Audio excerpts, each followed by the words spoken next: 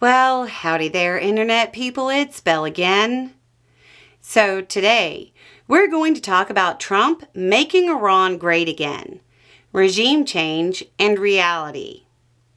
Trump being Trump, he took to social media to beat his chest, about the same time as news was breaking that his strikes weren't actually as effective as he was pretending. We're going to talk about his post. Then we're going to talk about what it would take to pull off what he suggested.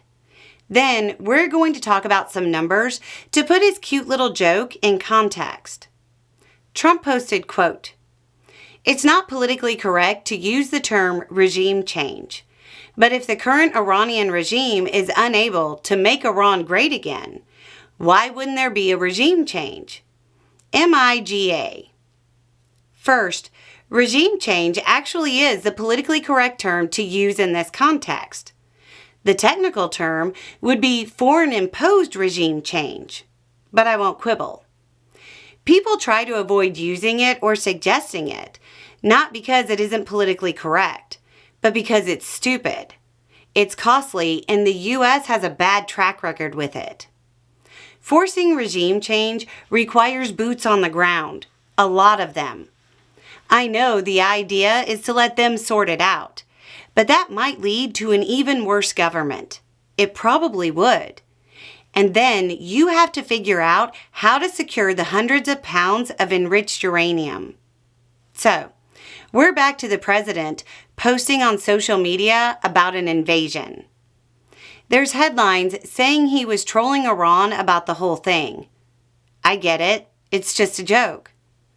Let's talk about the reality of what the President of the United States finds funny enough to joke about in public.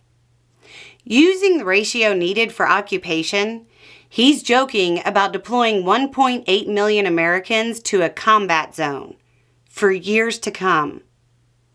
Iran is the worst of both worlds when comparing it to Iraq and Afghanistan.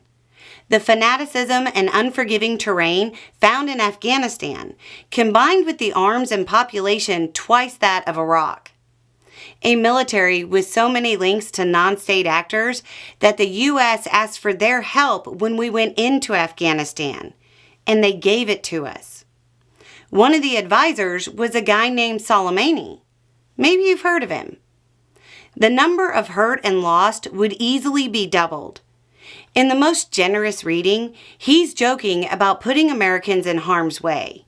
In the worst reading, he's floating a horrific escalation to cover up for his failed negotiations, followed by his military operation of questionable success. The only reason the president would joke about this is because he knows it won't be the young people he cares about in uniform, just like it wasn't the wealthy going in previous fights. Those who had to go are literally a joke to him.